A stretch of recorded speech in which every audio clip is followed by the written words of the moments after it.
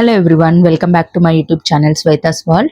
I hope you all are doing fine. నేను కూడా చాలా బాగున్నాను. నా ఛానల్ని ఫస్ట్ టైం చూసిన వాళ్ళైతే please to like, share and subscribe. ఈ రోజు మరొక ఇన్ఫర్మేటివ్ వీడియోతో మీ ముందుకు అయితే వచ్చాను. నా వీడియోని అయితే ఎండ్ వరకు చూసేయండి.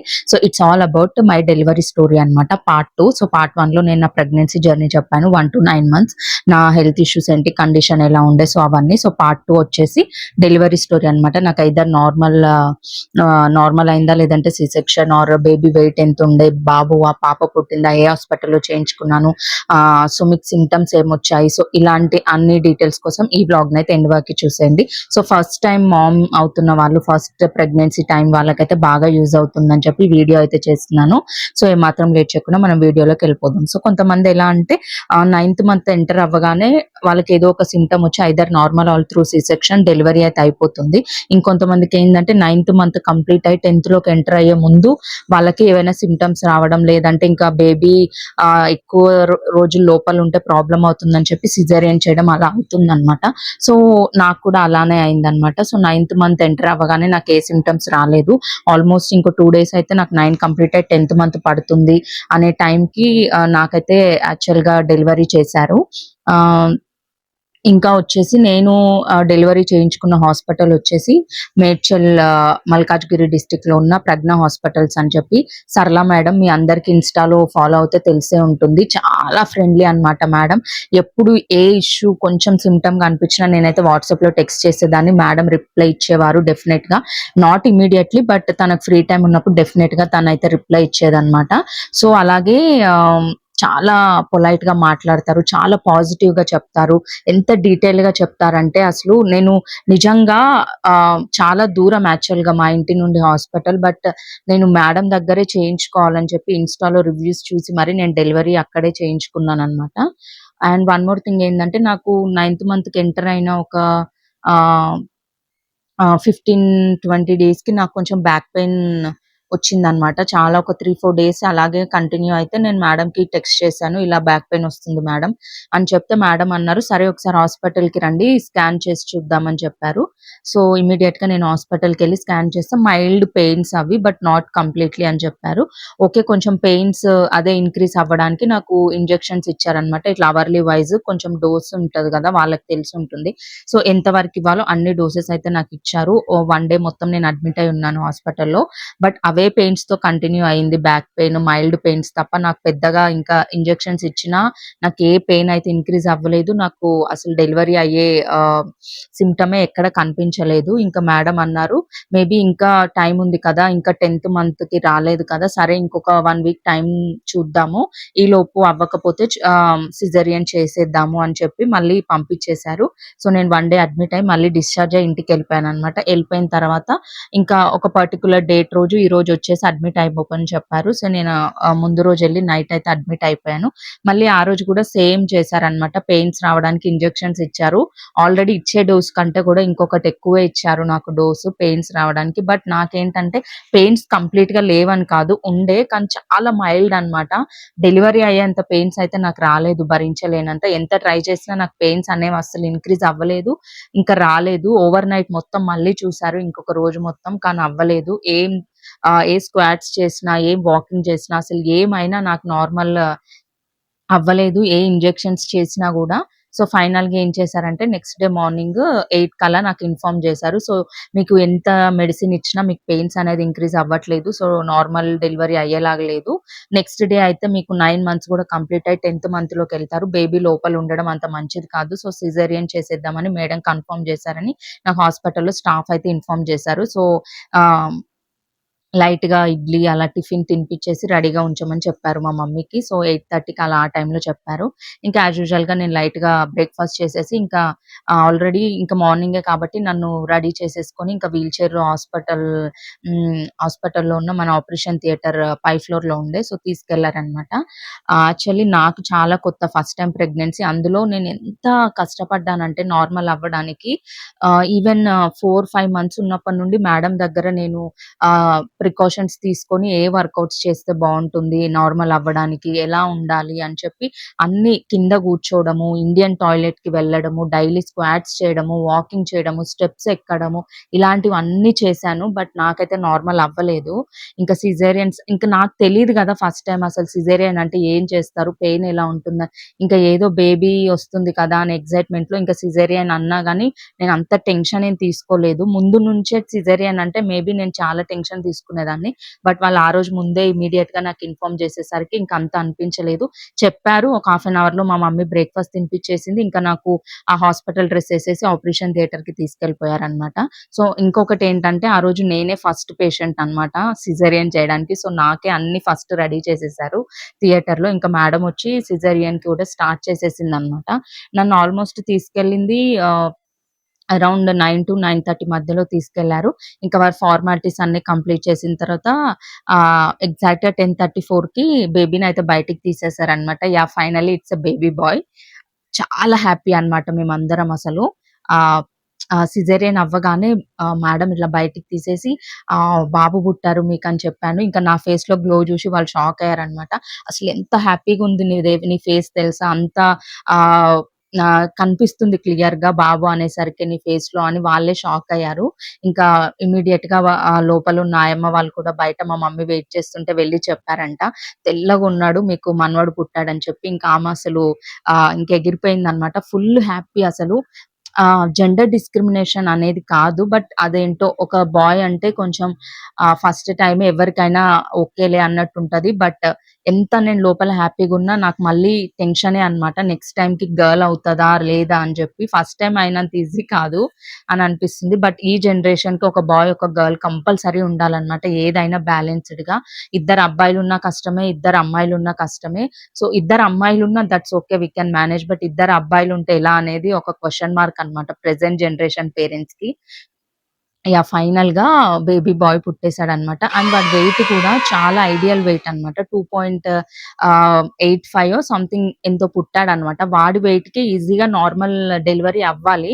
బట్ నా బాడీ తెలీదు. బట్ సమ్‌హౌ ఇంకా నార్మల్‌కి నేను ఆహ్, నార్మల్ డెలివరీ నాకు అవ్వలేదు. ఇంకా సిజేరియన్ చేసేసారనమాట. But trust me caesarean process అనేది చాలా పెద్దగా మనకది అనెస్థీషియా ఇవ్వడం వల్ల మనకి తెలీదు. అసలు బాబు పుట్టిన తర్వాత గూడా నాకు ఏ పెయిన్సే లేదు. మన ఇక్కడ పార్ట్ నుండి కింది వరకి మొత్తం మనకసలు ఏం జరుగుతుందో ఏం తెలీదనమాట. అనెస్థీషియా ఇచ్చిన తర్వాత ఇక్కడ బ్యాక్‌కి ఇలా మొత్తం బెండ్ చేసేసి మనకిక్కడ అనెస్థీషియా ఇచ్చేశారు. అవన్నీ గుర్తున్నాయి నాకు. వన్స్ ఇంకా బేబీ బయటికి తీసిన తర్వాత వాడిని క్లీన్ చేసేసి మా మమ్మీకిచ్చేసారనమాట ఇంకా. మా మమ్మీ పైకి రూమ్‌కి తీసుకెళ్ళిపోయింది. నన్ను మాత్రం ఇంకా సిజేరియన్ అయిపోయిన తర్వాత ఆపరేషన్ సారీ ఐసీయూలోకి షిఫ్ట్ చేశారనమాట. ఒక 7 అవర్స్ పేషెంట్‌ని ఐసీయూలో ఉంచాలని చెప్పేసి. ఇంకా ఆ రోజంతా అనెస్థీషియా ఉంటుంది కాబట్టి, ఆ పవర్‌తో మనకసలు ఏ పెయిన్స్ అనేవి అర్థం కాదు లిటరల్‌గా చెప్పాలంటే. హ్యాపీగా నేను ఏమంటారు ఐసీయూలోకెళ్ళిపోయాను. ఇంకా మా హస్బెండ్ మధ్య మధ్యలో వచ్చి చూసినాడు. ఫోను తీసుకొస్తే నేనే కొంతమందికి కాల్ చేసి చెప్పాను. ఆహ్, కొంచెం చలనిపిచ్చింది ఒక 3 అవర్స్ తర్వాత సిజేరియన్ చేసి షిఫ్ట్ చేసిన తర్వాత. ఇంక ఈవినింగ్ టైమ్‌లో 4, 5కి కొంచెం టీ తాగమని చెప్పారు. వాటర్ కూడా ఎక్కువ ఇవ్వొద్దన్నారు. అసలు బేబీ పుట్టిన తర్వాత వాడిని పైకి తీసుకెళ్ళి నన్ను ఇక్కడికి షిఫ్ట్ చేస్తే అసలు నేను ఉండలేకపోయాను. ఇంక మధ్యలోనే మా హస్బెండ్ వస్తే ఒకసారి వీడియో కాల్ చేసి మరి చూసాననమాట నేను. ఆహ్, అంటే నాకు లోపల చూపించారు. బట్ ఎంతున్నా మనం ఇంకా దగ్గర నుండి చూసుకోవాలి చాలా సేపు అనే ఒక ఎక్సైట్‌మెంట్ ఉంటుంది కదా! ఎప్పటినుండో మనం వెయిట్ చేస్తాం. 9 మంత్స్ నుండి బేబీ ఎప్పుడొస్తుందా? అసలు ఎవరొస్తారు? ఎలా ఉంటారు? ఏంటి అని. సో, అవన్నిటికి ఇంకా ఫస్ట్ టైమ్ మామ్ కాబట్టి నేను చాలా హ్యాపీగా ఉన్నాననమాట. ఐదర్ నార్మల్ ఆర్ సిజేరియన్ ఏదైనా నా బేబీ హెల్తీగా ఉంటే బావుంటది అనే అనుకున్నాను. ఇంకొకటేంటంటే నార్మల్ అవుతే కొంచెం హ్మ్. ఎప్పటికైనా మనకి ఈజీగా ఉంటది. సిజేరియన్ అయితే ఇంకెప్పుడైనా కొంచెం పొట్ట రావడం, లేదంటే కొంచెం లావవ్వడం ఇలాంటివన్నీ జరుగుతాయి. ఎక్కువ టైం రికవరీకి పడుతుంది సిజేరియన్ అయితే అని చెప్పి నేననుకోని అలా అవ్వొద్దు అని అనుకున్నాను. But that's okay. ఎవ్వరైనా బేబీ హెల్తీగా ఉంటే చాలు ఏదైనా పర్లేదు అని అనుకుంటారు. సో, అలాగే నేను గూడా అనుకున్నాననమాట. ఇంకా ఫైనల్‌గా ఈవినింగ్ నాకు మార్నింగ్ ఎప్పుడో 10:30కి నన్ను ఐసీయూలోకి షిఫ్ట్ చేశారు. ఈవినింగ్ 6:30, 7 టైంకి మళ్ళీ పైకి నా స్పెషల్ రూమ్‌కి షిఫ్ట్ చేశారనమాట బేబీ ఉన్న దగ్గరికి. అసలింకా మామూలు హ్యాపీనెస్ కాదు వాడిని చూసిన తర్వాత నేను. అందరంతే అసలు ఈవెన్ మా హస్బెండ్ కూడా హ్యాపీ, మా పేరెంట్స్ అందరూ హ్యాపీ, మా ఫ్యామిలీ అందరూ కూడా హ్యాపీ.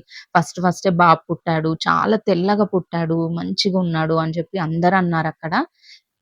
ఇంకా ఆబ్వియస్‌లీ సిజేరియన్ అయింది కాబట్టి 4 డేస్‌కే డిశ్చార్జ్ చేస్తారు. ఇంకా డిశ్చార్జ్ అయ్యే రోజు హాస్పిటల్‌లోనే ఆహ్, స్వీట్స్ అన్నీ డిస్ట్రిబ్యూట్ చేసి వచ్చేసామనమాట.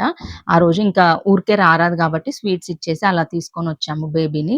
ఇంకా మేడమ్‌కి గూడా స్పెషల్‌గా ఒక గిఫ్ట్ ప్యాక్ ఇచ్చాము. ఒక ఫోటో గూడా తీసుకున్నాము. మీకు యాడ్ చేస్తాను. ఆహ్, నెక్స్ట్ థింగ్ ఏంటంటే మనం ఆహ్, ఫస్ట్ రోజు అసలేమీ తెలీదు అనస్థీషియా ఇచ్చిన రోజు.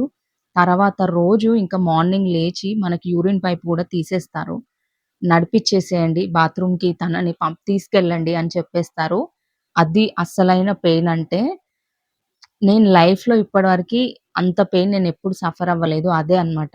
ఒక సైడ్ నా హస్బెండ్, ఒక సైడ్ నా తమ్ముడు ఇద్దరు పట్టుకొని నన్ను తీసుకొనెళ్లారు. ఆహ్, that was truly emotional moment అన్నమాట.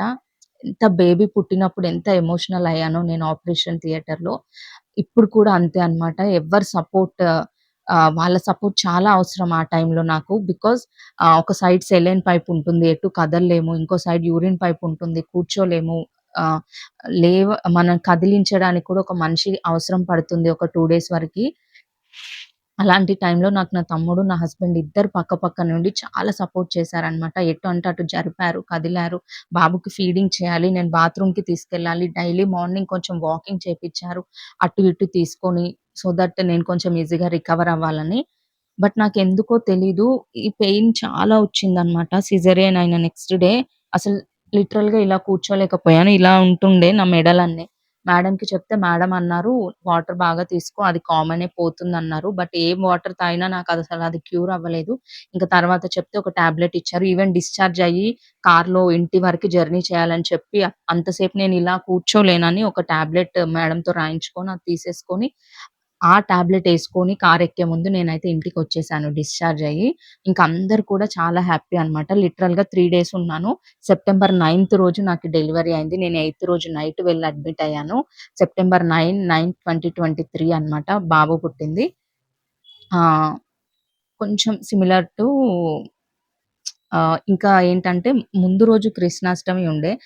కొంచెం ముందు వాడు పుట్టిన 2 డేస్ ముందా సంథింగ్ ఏదో ఎక్కడ పుడతాడో కృష్ణాష్టమి రోజు అని టెన్షన్ పడ్డాము.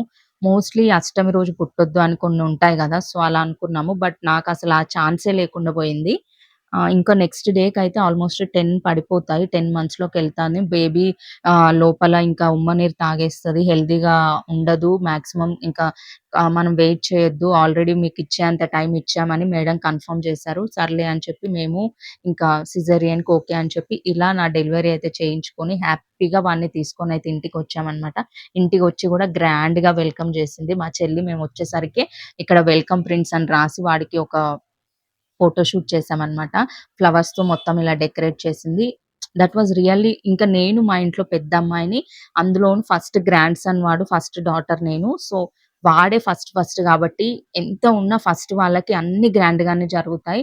అసలు వాళ్ళసలు వేరే. వాళ్ళకి ఇంట్లో వాళ్ళు చూపించే లవ్ కానీ, ఎఫెక్షన్, కేరింగ్ అన్నీ వేరే లెవెల్‌లో ఉంటాయన్నమాట. సో, ఫైనల్‌గా ఇదొచ్చేసి నా డెలివరీ స్టోరీ అనమాట. సిజేరియన్ అంటే ఏదో అయిపోతదని ఏం అనుకోవద్దు.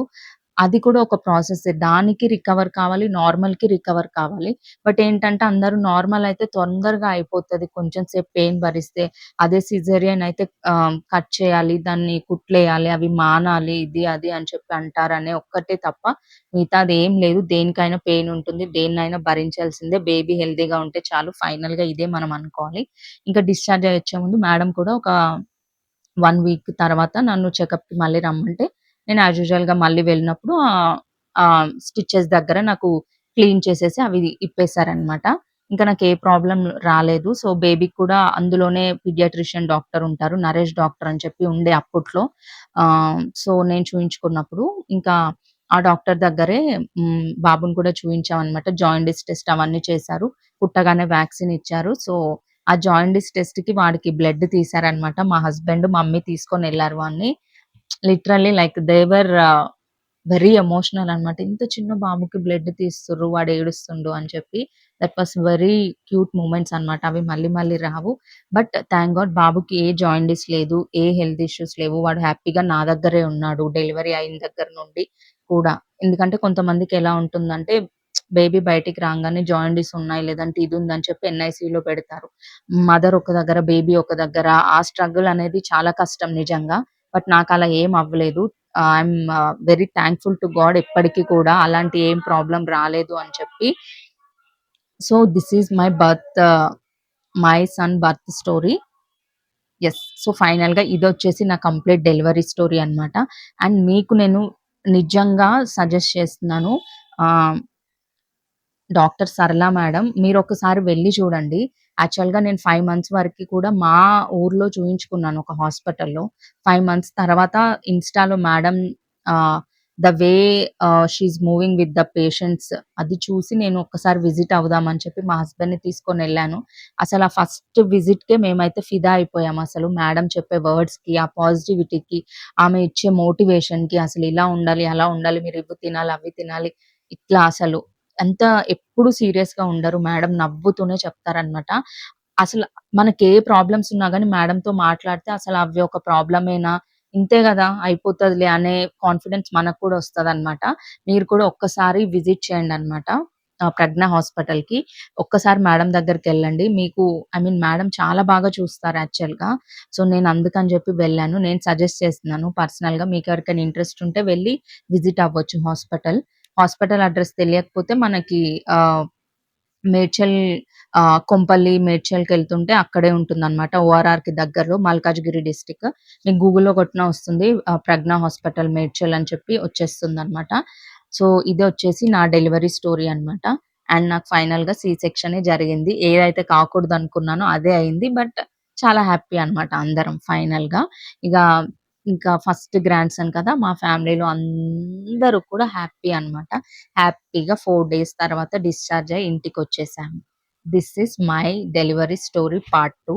సో, మీ అందరికీ కూడా హెల్ప్ అయింది, నచ్చిందనే నేను అనుకుంటున్నాను. సో, మీకు గనక నా వీడియో నచ్చినట్లయితే మళ్ళీ ఒకసారి నా ఛానెల్‌కైతే సపోర్ట్ చేయండి. Thank you for watching my video.